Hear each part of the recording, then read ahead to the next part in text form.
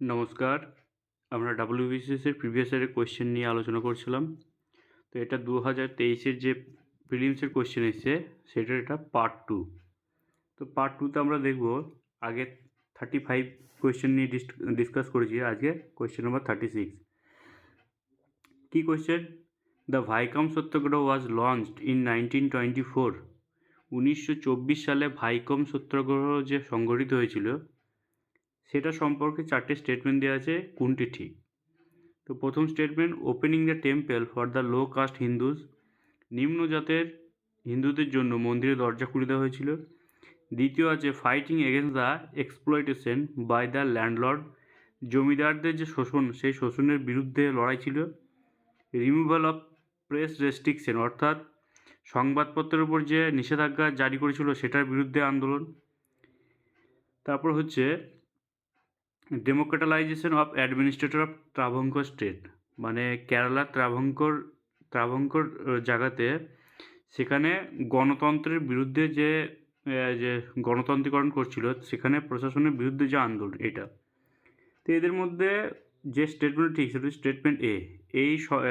এই যে সত্যাগ্রহ ছিল এটা বিশেষত যে নিম্নজাতি হিন্দুদের জন্য মন্দির খুলে দেওয়ার জন্যই সত্যাগ্রহ ছিল। তো এটা কবে হয়? 1924 খ্রিস্টাব্দে। সেটা 1924 খ্রিস্টাব্দে হয় 30 মার্চ।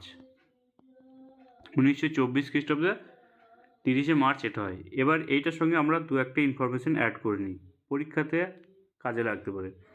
এই সত্যাগ্রহের মূল লিডার কে ছিল? লিডার এই সত্যাগ্রহে, ভাইকম সত্যাগ্রহের যে মূল লিডার ছিল তার নাম হচ্ছে কে কেপাল্লান। কে কেপাল্লান কেপাল্লান ছিল মূল লিডার। এই কেপাল্লানকে বলা হয় কেরালা গান্ধী। একে বলা হয় কেরালা গান্ধী, অর্থাৎ কেরালার গান্ধী কাকে বলা হয়? কেপাল্লানকে। এই সত্যাগ্রহে হেল্প কে করেছিল? মহাত্মা গান্ধী হেল্প করেছিল, টিকে মদনমোহন হেল্প করেছিল, তো এরা সবাই হেল্প করেছিল। তো এটা গেল ভাইকম সত্যাগ্রহ সম্পর্কে এই কোয়েশ্চেন যা ছিল। Question number 37, the first cotton mill in India was set up. প্রথম সুতোকল কোথায় কত সালে প্রতিষ্ঠা হয়? তো এবার সুতাকল যে প্রতিষ্ঠা হয় এর একটা ছোটোবার ইতিহাস আছে, বলে দিই। প্রথম সুতাকল প্রতিষ্ঠা হয় 1818-তে, সেটা হচ্ছে ক্যালকাটাতে প্রথম সুতাকল প্রতিষ্ঠা হয়, সেটা হচ্ছে 1818-তে। কিন্তু এটা হয় সাকসেসফুল নয়, আনসাকসেসফুলভাবে প্রথম যেটা হয় 1818। এর সাকসেসফুলি কবে হয়? সেটা হচ্ছে 1854-তে। কখনো কখনো পরীক্ষায় আসতে পারে প্রথম সুতাকল কবে প্রতিষ্ঠা হয়, আর অপশনে 1854 আছে, 1818 নেই, 54 আছে, তখন 54 ঠিক হবে, কারণ সাকসেসফুলি হয় 1854-তে, আর সেটা হয় বম্বেতে। কোথায় হয়? বম্বে।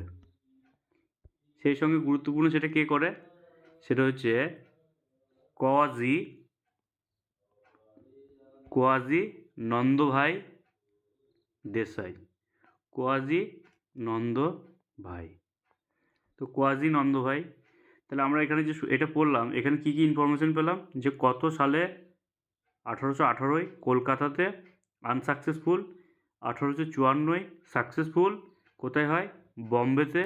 কে করে? কোয়াজি নন্দভাই দেশাই। তো এটা গেল। নেক্সট কোয়েশ্চেন আমরা দেখি। নেক্সট কোয়েশ্চেন হচ্ছে which of the following acted as president of Indian national Congress for 6 executive year. অর্থাৎ পরপর 6বার কোন ভারতীয় জাতীয় কংগ্রেসের নেতা সভাপতি করেছিল?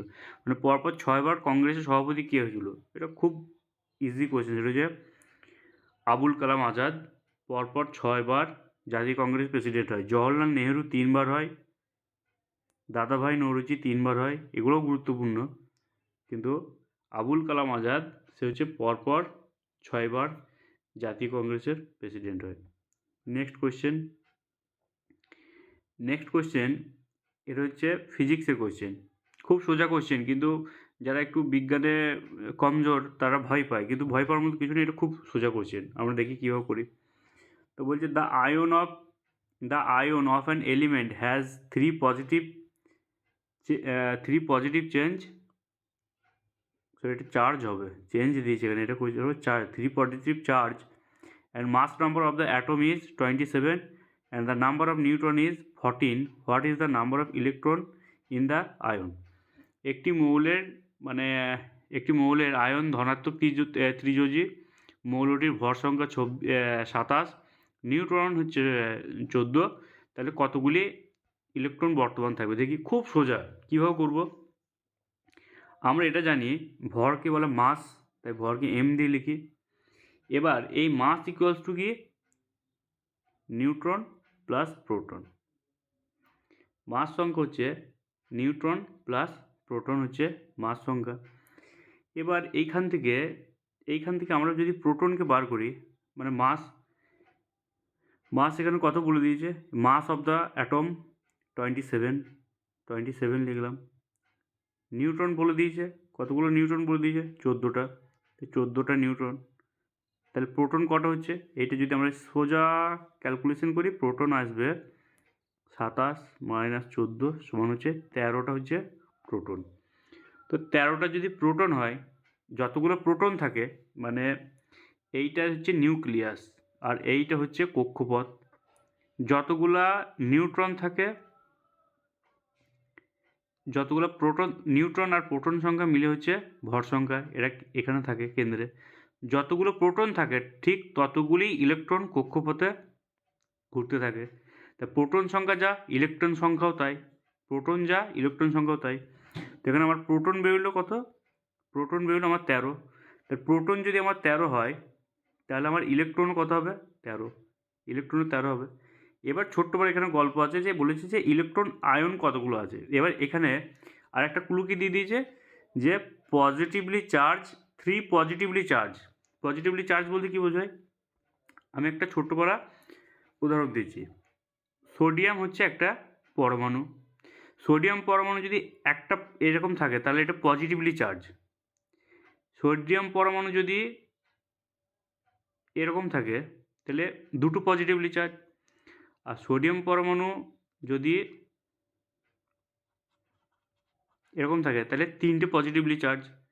তো এইটা 3টে পজিটিভলি চার্জই কথা বলা হয়েছে এইখানে, যে বলেছে যে the ion of an element has 3 positive charge, একটি মৌলের আয়ন ধনাত্মক ত্রিযোজী। তো আমি ধরলাম যে সেটা মনে করো সোডিয়াম। তো যদি সোডিয়াম হয় তাহলে সেটা যদি ত্রিযোজী হয়, তাহলে আমি তাকে এইভাবে লিখব, Na+3 ত্রিযোজী। এবার এই Na+3 অর্থ হচ্ছে এর যতগুলা ইলেকট্রন আছে তার থেকে সে 3টে দিয়ে দিয়েছে।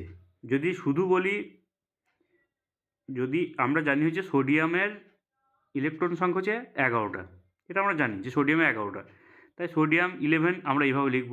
কিন্তু যেই আমরা লিখব সোডিয়াম প্লাস, মানে পজিটিভলি চার্জ, তার মানে হচ্ছে সে একটা ইলেকট্রন দিয়ে দিয়েছে, তাহলে এটা সমান হবে 10। এবার যদি আমি লিখি, এটা সোডিয়াম, এটা যদি আমি লিখি সোডিয়াম প্লাস টু, তার মানে হচ্ছে সোডিয়ামের এখানে আমি এটা সোডিয়াম +2, তার মানে আমি এখানটাতে লিখবো হচ্ছে হবে 9টা। আর যদি লিখি যে সোডিয়াম +3, তার মানে 3টে দিয়ে দিয়েছে, তাহলে 11 থেকে যদি 3টে চলে যায় তাহলে থেকে 8টা। বোঝা গেল এই পর্যন্ত। এবার আমরা সমস্যাটা সমাধান করি। আমাদের যে সমস্যাটা দিয়েছে সেটা বলছে যে একটা ইলেকট্রনের কথা বলে দিয়েছে, একটা আয়নের কথা বলেছে, সেই আয়নটা হচ্ছে ত্রিযোজী। তাহলে সেই আয়নটাকে আমি একটা কিছু নাম দিলাম, সেই আয়নটার নাম দিলাম, ধরো আমি নাম দিলাম পি দিচ্ছি না, কারণ পি এখানে লেখা আছে অলরেডি। সেটাকে আমি নাম দিলাম ম্যাগনেসিয়াম। সেই আয়নটা আমি ধরলাম ম্যাগনেসিয়াম। এবার সেই ম্যাগনেসিয়ামে প্রোটন কটা, 13টা, সেই হিসাবে তাহলে তার ইলেকট্রনও 13টা হবে, তাহলে ম্যাগনেসিয়াম ইলেকট্রন এখানে 13টা। এবার এটাকে যেহেতু বলেছে ত্রিযোজী বলেছে, 3 পজিটিভ চার্জ, তাই আমরা এটাকে লিখব সেটা হচ্ছে Mg+3 বলে। এবার যে Mg+3, তাহলে এখানে 13টা কী হয়ে যাবে, এটা 10 হয়ে যাবে। তখন সে 3টে দিয়ে দিয়েছে, ত্রিযোজী মানে সে 3টে দিয়ে দিয়েছে। তো এখন 10, তাহলে আনসার কী হবে? 10 হবে, আনসার হবে 10 বি। খুব ঠান্ডা মাথায় এটা দেখবে, খুব সোজা, এটা খুব সোজা, লোকে ভয় ছেড়ে দিয়ে পালে আসে, কিন্তু খুব সোজা, ঠান্ডা মাথায় দেখবে, তাহলে বুঝতে পারবে এটা 10 হবে উত্তর। আশা করি বোঝা গেছে। আমরা পরেরটাতে যাব।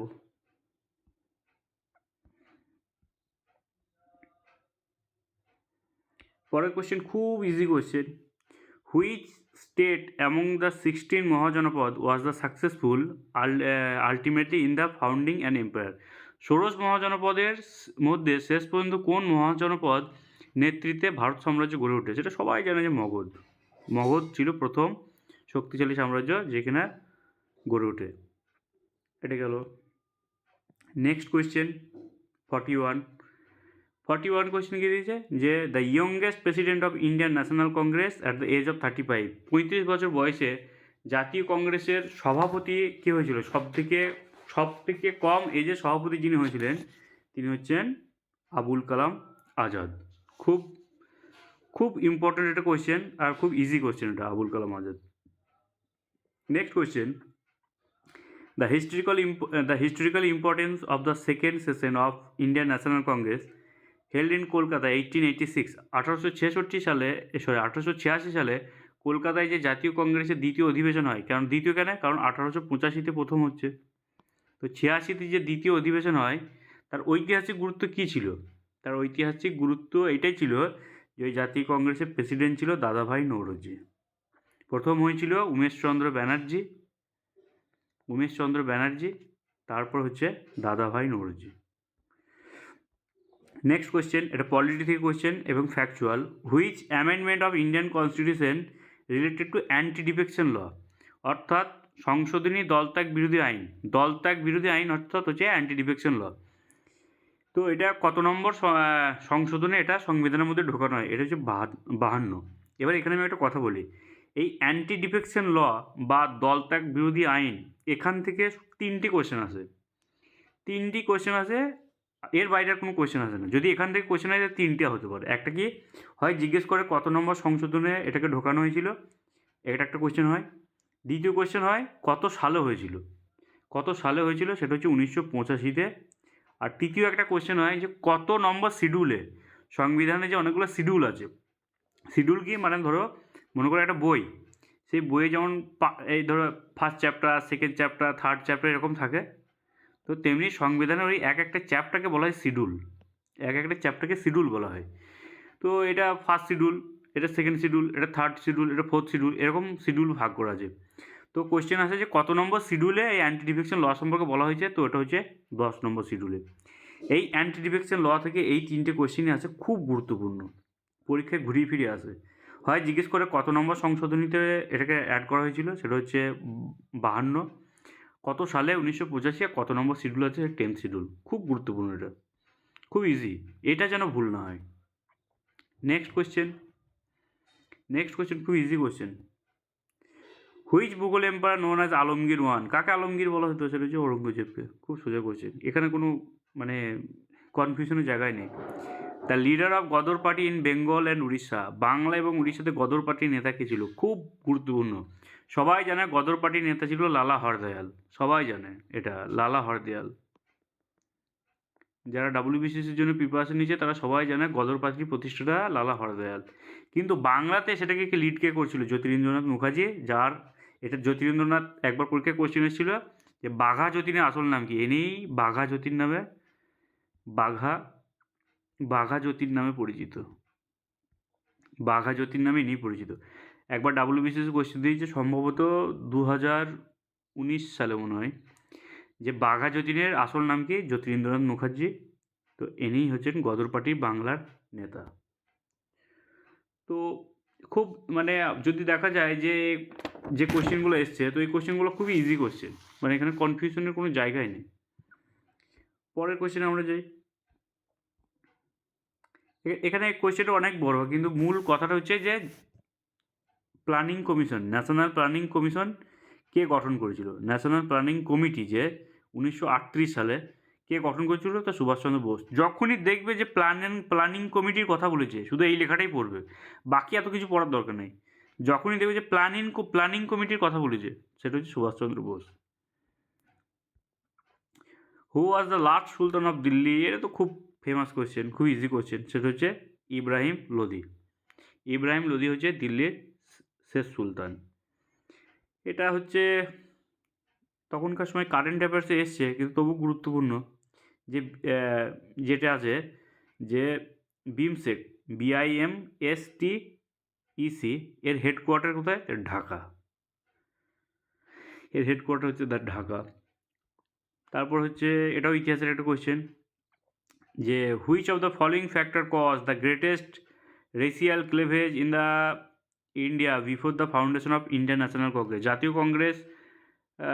জাতীয় কংগ্রেসের প্রতিষ্ঠার আগেই মানে জাতিগত বৈষম্যের উপর ভিত্তি করে কোন জিনিসটা এর সঙ্গে রিলেট করে? তো এর উত্তর হচ্ছে ইলবার্ট বিল। এবার ইলবার্ট বিলকে আমি ছোটো করে বলে দিই। ইলবার্ট বিল হচ্ছে ভারতীয় ব্রিটিশ পিরিয়ডে দুই রকম জাজ ছিল, একটা হচ্ছে ব্রিটিশ জাজ আর একটা হচ্ছে ইন্ডিয়ান জাজ। তো এই ব্রিটিশ জাজরা ইন্ডিয়ানদের বিচার করতে পারবে, এই ব্রিটিশরা কোনো ভুল করলে বিচার করতে পারবে। ইন্ডিয়ান জাজরা শুধুমাত্র ইন্ডিয়ানরা কোনো যদি ভুল করে তাদের বিচার করতে পারবে, কিন্তু ইন্ডিয়ান জাজরা ব্রিটিশরা কোনো ভুল করলে তাদের বিচার করতে পারবে না। তো এইটাই হচ্ছে বৈষম্য, রেশিয়াল বৈষম্য, মানে এরা সাদা চামড়ার, এদের বিচার এরাই করবে, তোমরা কালো চামড়ার সাদা চামড়ার লোকের বিচার করতে হবে না। এই যে বৈষম্য, রেশিয়াল যে ডিসক্রিমিনেশন, তো সেইটাই হচ্ছে এই যে জাতপাত সংক্রান্ত, মানে ওরা এক জাত আমরা এক জাত। তো এটা হচ্ছে ইলবার্ট বিল, ইলবার্ট বিলের সঙ্গে রিলেটেড। এটা হচ্ছে ইলবার্ট কন্ট্রোভার্সি। কত সালে হয় ইলবার্ট বিল? সেটা হচ্ছে 1883। 1883 ইলবার্ট বিলের সঙ্গে আমি এখানে একটা কোয়েশ্চেন করছি, কমেন্ট করো যে ইলবার্ট বিলের সঙ্গে কার নাম জড়িয়ে বেশি? লর্ড রিপন না লর্ড রিটন? লর্ড রিপন নাকি লর্ড রিটন? কে জড়িয়ে? ইলবার্ট বিলের সঙ্গে কার নাম জড়িয়ে? এটা পরীক্ষা আসে। ইলবার্ট বিলের সঙ্গে লর্ড রিপনের নাম জড়িয়ে না লর্ড রিটনের নাম জড়িয়ে? দেখবে, করার চেষ্টা করবে। নেক্সট কোয়েশ্চেন, এটা একটা রিজনিংয়ের কোয়েশ্চেন যে rectify is equal to mistake, মানে রেকটিফাই যদি মিস্টেক হয় তা রিগেনকে আমি কি লিখতে পারি? রেকটিফাই মানে কি? রেকটিফাই মানে হচ্ছে সংশোধন করা। তাহলে মিস্টেক ভুল আমি কি করতে পারি? সংশোধন করতে পারি। লজিকটা দেখো, মিস্টেককে আমি কি করতে পারি? রেকটিফাই করতে পারি, সংশোধন করতে পারি। তাহলে রিগেন মানে আমি পুনরায় পাচ্ছি, তার মানে আমার লস হয়েছে বলেই তো আমি লস হয়েছে তাই আমি রিগেন করছি, আবার পেলাম। ভুল করেছি, সংশোধন করলাম, তাই লস হবে। ডি হচ্ছে সঠিক উত্তর। আজকে শেষ কোয়েশ্চেন, এইটাই শেষ কোয়েশ্চেন। আবার পরের পার্টে আবার ডিসকাস করব যে if the 7th day of a month is 3 days earlier than Friday, what day will it be on the 19th day of the month? অর্থাৎ এখানে বলতে চাইছে যে একটি মাসের 7 নম্বর দিন যদি শুক্রবার থেকে 3 দিন আগে হয় তাহলে 19 নম্বর দিন কী বার ছিল? খুব ইজি, যার শুধুমাত্র একটা টাইম লাইন বানিয়ে নিতে হবে। কী বলেছে ভালো করে বোঝো। বলছি একটি মাসের 7ম দিন যদি শুক্রবারের 3 দিন আগে হয় তাহলে 7ম দিনটা সম্পর্কে বলছে, তাহলে আমি এখানে লিখলাম 7। তো 7ম দিনটা কি? শুক্রবারের 3 দিন আগে। তো 7ম দিন যদি শুক্রবারের 3 দিন আগে হয় তাহলে 7ম দিন হচ্ছে টুইসডে, মঙ্গলবার। টুইসডে, তারপর Thursday, Friday, Saturday, Tuesday, Thursday, Tuesday, Wednesday, Thursday, Friday. তাহলে এইটা যদি 3 দিনের আগে হচ্ছে তাহলে কি হচ্ছে? টুইসডে হচ্ছে। তাহলে সপ্তম দিন হচ্ছে শুক্রবারের 3 দিন আগে, তা শুক্রবারের 3 দিন আগে হচ্ছে মঙ্গলবার, তাহলে 7ম দিন হচ্ছে মঙ্গলবার। এটা পেলাম। তারপর বলছে 19 নম্বর দিনটা কী হবে? এবার ভালো করে ভাবো, ক্যালেন্ডারে 7 তারিখে যে ডেট হয় প্রত্যেক 7 দিন অন্তর অন্তর সেই ডেটই হবে। তো 7 তারিখে ডেট হবে মঙ্গলবার, 14 তারিখে ডেট হবে মঙ্গলবার, 21 তারিখে ডেট হবে মঙ্গলবার। তাহলে আমরা এখানে কী পেলাম যে 21 নম্বর দিনে ডেট হচ্ছে ওই ক্যালেন্ডারে মঙ্গলবার। এটা আমরা পেয়ে গেলাম 21 নম্বর দিনে। কিন্তু আমাকে বলেছে যে 19 নম্বর দিনের ডেটটা কত হবে, তাহলে এবার ইজিলি বার করা যাবে। যদি 21 নম্বর দিন মঙ্গলবার হয় তাহলে 19, 20, 21 দুদিন পিছিয়ে যেতে হবে। তাহলে পরে ওই ডেটটা কী হবে, যদি আমি পিছিয়ে যাই তাহলে সানডে হচ্ছে, সানডে। কারণ সানডে হচ্ছে 19, মনডে হচ্ছে 20, 21 হচ্ছে টুইসডে। ক্যালেন্ডারে এটা মনে রাখতে হবে, প্রত্যেক 7 দিন অন্তর অন্তর 7 তারিখ যা ডেট হবে, 14 তারিখ তাই ডেট হবে, 21 তারিখ তাই ডেট হবে, 28 তারিখ তাই ডেট হবে। 7 দিন অন্তর অন্তর ওই ডেট একই থাকে। তাহলে 7th ডেট আমরা বের করে নিলাম মঙ্গলবার। তারপরে 21 নম্বরটা আমরা বের করে নিলাম এটা। তারপরে 21 বার করলাম কারণ 19 21-এর কাছে। যদি মনে করো 16 নম্বর ডেট কি জানতে চাইছো, তাহলে আমরা 7 দুগুণে 14, তাই 14 নম্বর দিন মঙ্গলবার হয়ে যেত, 15 নম্বর দিন বুধবার হয়ে যেত, আর 16 নম্বর দিন বৃহস্পতিবার হয়ে যেত। কিন্তু যেহেতু 19টা 21-এর কাছে, তাই আমি 21 নম্বর দিনটা পার করে নিলাম মঙ্গলবার। আর তার দুদিন আগে হচ্ছে এই 19 নম্বর ডেট, তো সেখানে হচ্ছে সানডে। তো সানডে হচ্ছে আনসার। এই পর্যন্তই। আচ্ছা, এইটা কোয়েশ্চেন নাম্বার 52টা যখন দেখা যাচ্ছে তো এটা আমি বলিয়ে দিই। তো 52টাই হচ্ছে শেষ কোয়েশ্চেন, আবার পরের পার্টে আমি ডিসকাস করবো পার্ট 3-তে।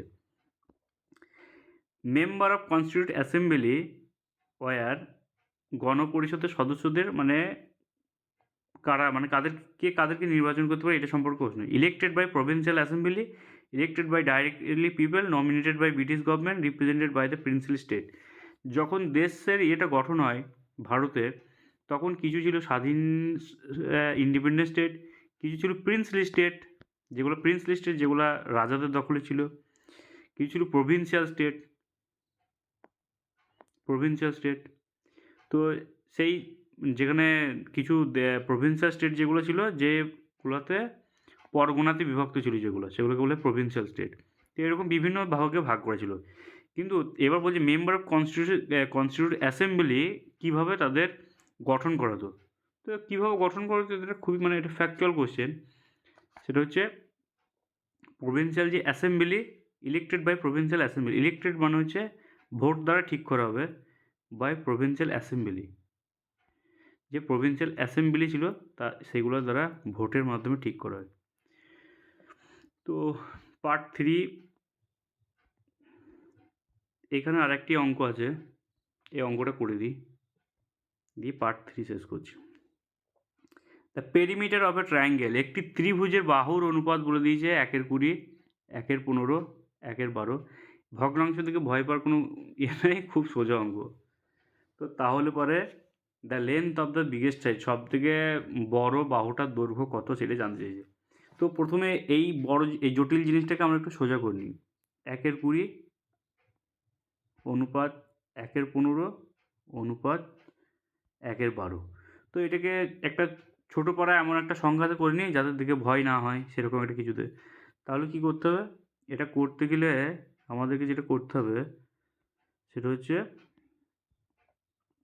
এদের লসাগু করতে হবে। 20, 15 আর 12 লসাগু করতে হবে। তো 20, 15 আর 12 লসাগু, আশা করি লসাগু সবাই করতে জানে। তো এদের যদি লসাগুটা করো, তো লসাগুটা করে দেখবে 60 আসছে। করে দেখবে লসাগুটা 2 দিয়ে ভাগ করি, 3 দিয়ে ভাগ করে দেখবে লসাগু 60 আসবে। লসাগু যদি 60 আসে, তো এটাকে আমরা যদি সিম্পলিফাই করে নিই এটাকে, তখন আমরা এইভাবে করে নেবো 1/20 × 60, দিয়ে আবার অনুপাত দিয়ে দেবো 1/15 × 60, দিয়ে আবার অনুপাত দিয়ে দেবো 1/12 × 60। এবার কেটে দেবো 3 × 20 = 60, 4 × 15 = 60, 5 × 12 = 60। এবার আমরা যে অনুপাতটা পেলাম 3:4:5। তো এই যে ভয় দেখার মতো একটা অনুপাত দিয়েছিল, এইটা অ্যাকচুয়ালি এইটা। তো এটাকে আমরা এইভাবে করে নিলাম। এবার করতে সুবিধা হবে, মানে 3টে বাহুর অনুপাত বলে দিয়েছে, একটা 3, একটা 4 আর একটা 5। এবার কি বলেছে এখানে কোশ্চেনে, কি বলেছে যে the perimeter of a triangle, মানে যে এদের যে পরিধিটা সেটা 30 সেন্টিমিটার বলে দিয়েছে। পরিসীমা 30 সেন্টিমিটার বলে দিয়েছে। তো পরিসীমা কি, ত্রিভুজের পরিসীমা মনে হচ্ছে 3টে বাহুর যোগফল। তো 3টে বাহুর যোগফল কত বলে দিয়েছে, 3টে বাহুর যোগফল বলে দিয়েছে যে 30, দিয়ে বলেছে যে সব থেকে বড় বাহুটার দৈর্ঘ্য কত। তা আমাদের এই অনুপাত দেখে কী মনে হচ্ছে, সব থেকে বড় বাহু কোনটা, এইটা। তাহলে এই 3টে যোগফল কত? 30। তাহলে হিসাব মতো 3, 4 আর 5 এই 3টে যোগগুলো আমরা কী পাবো? পরিসীমা। তাহলে 5 আর 4 9 আর 3 12। তো এই 12 সমান বলে দিয়েছে 30 সেন্টিমিটার। 3টে বাহুর এই যে বলেছে পরিসীমা অর্থাৎ 3টে বাহুর ত্রিভুজের 3টে বাহুর যোগফল। তো 3টি বাহুর যোগফল 30 বলা আছে। আর অনুপাত আমি কত পাচ্ছি? অনুপাতে এই 3টে বাহু এই একটা আর এই একটা, এইটা আর এইটা। তো এই 3টে যোগফল হচ্ছে 12। তো 12 সমান হচ্ছে 30। এবার বলছি সবথেকে বড় বাহুটা দৈর্ঘ্য কত? বড় বাহু এইটা 5। তার মানে 5 সমান কত? 3টের যোগফল 30। তাহলে 5-এর কত? তাহলে 5-এর সমান হয়ে যাবে 30/12 ইন্টু 5। এইটি পাবো। কাটবো, কী দিয়ে কাটবো? 3 দিয়ে কাটবো। 3 4 12, এদিকে 3 10 30। আবার 2 দিয়ে কাটবো। 2 দুগুণে 4, 2 5 10। তাহলে কত পাচ্ছি? এই 5 আর এই 5, 5 5 25। তার সমান পাচ্ছি 25/2। 25/2 এটাকে যদি আবার ভাঙি ভগ্নাংশ করে, তাহলে হবে 12 পূর্ণ 1/2। 12 দুগুণে 24 আর 1-এ 5, তাহলে 12 পূর্ণ 1/2। এইটা 12 পূর্ণ 1/2 সেমি। খুব সোজা। একটু ঠান্ডা মাথায় দেখবে ভিডিওটা, তাহলে বুঝতে পারবে। তো 12 পূর্ণ 1/2 সেমি। তো আজ এই পর্যন্ত থাক। পার্ট 3তে আবার ডিসকাস করব। কেমন লাগলো জানিও।